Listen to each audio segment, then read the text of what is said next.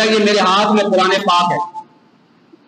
یہ جو لوگ فرائض نمازوں کے اندر نوافل پڑھتے ہیں، خاص طور پہ جو عشاء کی 17 رکعات ہیں، وہ کہتا ہے میرے ہاتھ میں قرآن پاک ہے.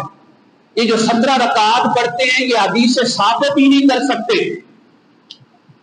انہوں نے اپنی طرف سے نماز کے اندر اضافہ کر دیا ہے. اس نے قسم اٹھائی یا نہیں اٹھائی؟ قسم اٹھائی. دوسری بات، قسم اٹھاتے اس نے اپنے ہاتھ میں قرآن پاک لیا یا نہیں لیا؟ لیا. تیسری بات اس نے کیا کہی کہ ہم جتنی رکعات پڑھتے ہیں صرف وہ حدیث پاک سے ثابت ہے. یہ جو عشاء کی 17 رکعات پڑھتے ہیں، یا مغرب کی جو رکعات بنائی ہوئی ہیں، یا عصر کی جو رکعات بنائی ہوئی ہیں، یا ظہر کے اندر جو 2 نفل پڑھتے ہیں، یہ حدیث پاک کے اندر ثابت بھی نہیں ہے. اتنا تک نہیں وہ رکا، اس نے کہا ان لوگوں نے دین کے اندر اضافہ کر لیا ہے. یہاں بھی نہیں رکا، اس نے آگے حدیث سنائی. اس نے کہا آقا کریم علیہ الصلوۃ والسلام نے فرمایا جس شخص نے دین کے اندر اضافہ کیا اس نے اپنا ٹھکانہ دوزخ کی آگ میں بنا لیا. اس نے ہم سب کو کیا کر دیا بتائیں؟ دوستی بنا دی. اب آ جائیں رکعات کے اوپر. فجر کی کتنی رکعات ہیں؟ بولتے آئیے گا، بولتے آئیے. فجر کی 4 رکعات ہیں پوری امت میں، وہ کسی بھی مسلک کا ہے. فجر کی 4 رکعات میں کسی قسم کا کوئی اختلاف نہیں. جس نے ہمیں دوستی بنایا اللہ اس کو ہدایت دے، ہم دوستی نہیں، وہ اللہ فیصلہ کرے گا. اس کے نزدیک بھی فجر کی کتنی رکعات ہوئی؟ 4 رکعات. اس کے بعد کون سی نماز ہے؟ ظہر کی نماز. ظہر کی نماز میں کتنی رکعات ہیں؟ 12 رکعات. جزاک اللہ. 12 رکعات میں سے جو 10 رکعات ہیں اس کے اوپر اتفاق ہے. پہلی 4 سنت موقدہ ہیں، اتفاق ہے. 4 فرض پہ اتفاق ہے. 2 سنت موقدہ ہیں سی بخاری شریف کی حدیث مبارکہ کی روشنی میں، اس کے اوپر اتفاق ہے. اختلاف کہاں سے ہے؟ اختلاف ہے 2 نفل میں اور 12 رکعات بنانے میں. وہ کہتے ہیں یہ دین کے اندر اضافہ ہے، اضافہ کرنے والے دوستی ہیں. حضرت ام حبیبہ رضی اللہ تعالی عنہ آقا کریم علیہ الصلوۃ والسلام کی زوجہ محترمہ، اب ہم نے 12 رکعات پوری کرنی ہے. حدیث مبارکہ کی روشنی میں ہمارے اوپر تہمت لگی ہے، ہم نے اس تہمت کو ہٹانا تو ہے نا. سنن ترمذی شریف کے اندر حدیث پاک ہے. آپ فرماتی ہیں کہ آقا کریم علیہ الصلوۃ والسلام نے فرمایا من صلی اربعا قبل الظہر وبعدها حرمہ اللہ علی النار. یہ ہمیں دوست کی کہہ رہا ہے. اور آقا کریم علیہ الصلوۃ والسلام نے کیا فرمایا؟ فرمایا جس شخص نے ظہر سے پہلے 4 رکعات نماز ادا کی اور جس شخص نے ظہر کے بعد 4 رکعات نماز ادا کی، میرے مصطفیٰ کریم علیہ الصلوۃ والسلام نے فرمایا وہ لوگ جنتی ہیں، ان کے اوپر دوزخ حرام ہے. اب مجھے بتائیں 4 پہلے اور 4 بعد میں اور درمیان میں 4 فرضوں کتنی رکعات بن گئی؟ کتنی بن گئی؟ 12 رکعات بن گئی. کتنی؟ 12 رکعات. تو 12 رکعات سنن ترمذی شریف سے ثابت ہو گئی یا نہیں ہو گئی؟ یہ کہہ رہا 12 پڑھنے والے دوستی ہیں اور میرے مصطفیٰ کریم علیہ الصلوۃ والسلام فرما رہے ہیں 12 پڑھنے والے جنتی ہیں. اللہ کا شکر ادا کریں. ہم کتنی پڑھتے ہیں؟ 12 پڑھتے ہیں. لیکن ساتھ یہ مسئلہ یاد رکھیں، اگر کوئی 2 نفل چھوڑ دیتا ہے، میں اور آپ اس کے بارے میں کچھ نہیں کہیں گے یار اس نے چھوڑ دیے 2 نفل. زیادہ تر لوگ نا امام کو دیکھ رہے ہوتے ہیں، امام نے پوری 12 پڑھی یا نہیں پڑھی. اگر بچارے امام نے 10 پڑھ لی نا، 2 نفل چھوڑ دیے کہ چلو خیر ہے. لوگوں کو بعض اوقات امام نماز کے نفل اس لیے بھی چھوڑتا ہے کہ لوگوں کو مسئلہ معلوم ہو جائے کہ یہ اس طرح لازم نہیں ہے جس طرح فرض نمازیں لازم ہوتی ہیں، جس طرح واجب نمازیں لازم ہوتی ہیں، جس طرح سنت موقع پڑھنی ضروری ہوتی ہے. اس نے چھوڑا امام پوری نماز نہیں پڑھتا. یہ ہن 2 رکعت کیڑی دیر لگنی سی امام نو بھائی؟ اگر 2 رکعت پڑھ ہی لیندا تے اینو بڑی جلدی ہے گھر جان دی. ہن اگلا جو لفظ بولتے ہیں وہ میں نہیں بولنا چاہتا منبر پہ بیٹھ کے. تو لہٰذا کتنی رکعات ہو گئی؟ 12 ہو گئی. اب آ جائے عصر کی. عصر کی جو نماز ہے اس کے اندر بھی اختلاف ہے. وہ کہتے ہیں 2 اور 4 6 رکعات ہیں، 8 رکعات نہیں ہیں. ہم کتنی پڑھتے ہیں؟ 8 رکعات پڑھتے ہیں. آ جائیں سنن ترمذی شریف کی حدیث پاک ہے. حضرت عبداللہ ابن عمر رضی اللہ تعالیٰ عنہما سے روایت ہے. سبحان اللہ، کہ جن کو دوستی کہہ رہا ہے ان کو میرے مصطفیٰ دعائیں دے رہے ہیں۔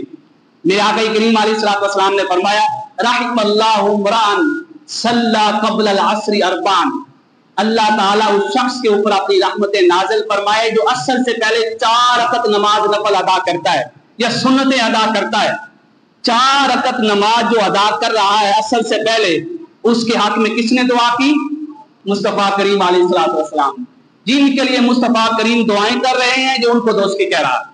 تو لہٰذا عصر کی 8 رکعات ثابت ہو گئی یا نہیں ہو گئی؟ ہو گئی حدیث پاک سے۔ اب آگے مغرب کی نماز، مغرب کی نماز میں ہم کتنی رکعات پڑھتے ہیں؟ 7 رکعات پڑھتے ہیں۔ 7 میں سے کتنوں کے اوپر اتفاق ہے؟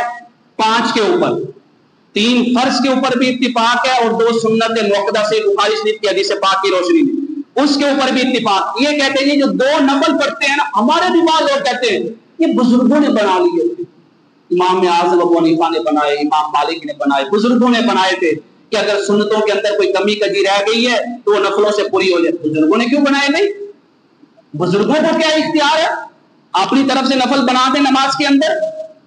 بلکہ آقا کریم علیہ الصلوۃ والسلام سے ثابت ہے، حضرت عبداللہ ابن عمر رضی اللہ تعالیٰ عنہ، مصنف عبد الرزاق، یہ امام بخاری سے بھی پہلے کی کتاب ہے اور امام بخاری کے استادوں میں شامل ہوتے ہیں۔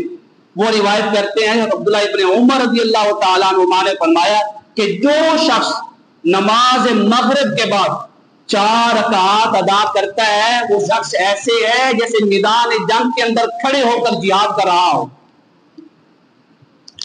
کیا کر رہا ہو؟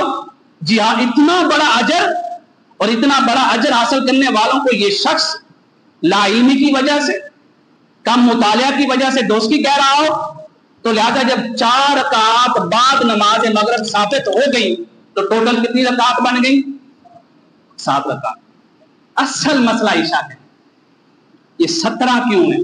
17 کوئی اور پڑھے نہ پڑھے، نمازی امام سے 17 ضرور پڑھوائیں گے کہ امام 17 پوری ضرور کرے، اگر نہیں کرے گا تو اس امام کے پیچھے نماز نہیں ہے۔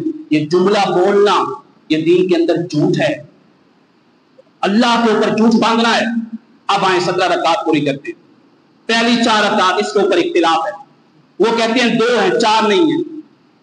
حضرت سعید ابن جبیر رضی اللہ تعالیٰ عنہ بہت بڑے عالم اور تابعی ہیں، وہ کہتے ہیں کہ ہم نے صحابہ کرام کو دیکھا کہ صحابہ کرام کے یہاں معمول تھا کہ وہ عشاء سے پہلے 4 رکعات نماز ادا کیا کرتے تھے۔ کتنی؟ کن کے یہاں معمول تھا؟ صحابہ کرام کے ہاں۔ تو صحابہ کرام کے جو معمول تھا انہوں نے کس کو دیکھ کے کیا؟ آقا کریم علیہ الصلوۃ والسلام کو۔ اگر ہم دوستی ہیں عشاء سے پہلے 4 رکعات پڑھنے کی وجہ سے تو صحابہ کو کیا کہو گے؟ الیاذ باللہ۔ یہ 4 بھی ثابت ہو، فرض کے اوپر کوئی اختلاف نہیں، 2 سنتوں کے اوپر کوئی اختلاف نہیں۔ یہ جو 2 سنتوں کے بعد اور 3 وتر سے پہلے 2 نفل پڑھتے ہیں، اس کی حدیث پاک کیا ہے؟ حضرت زہریرہ رضی اللہ تعالیٰ عنہ، یہ حضور کے صحابی ہیں اور یہ حدیث پاک کتب 6 کے اندر موجود ہے۔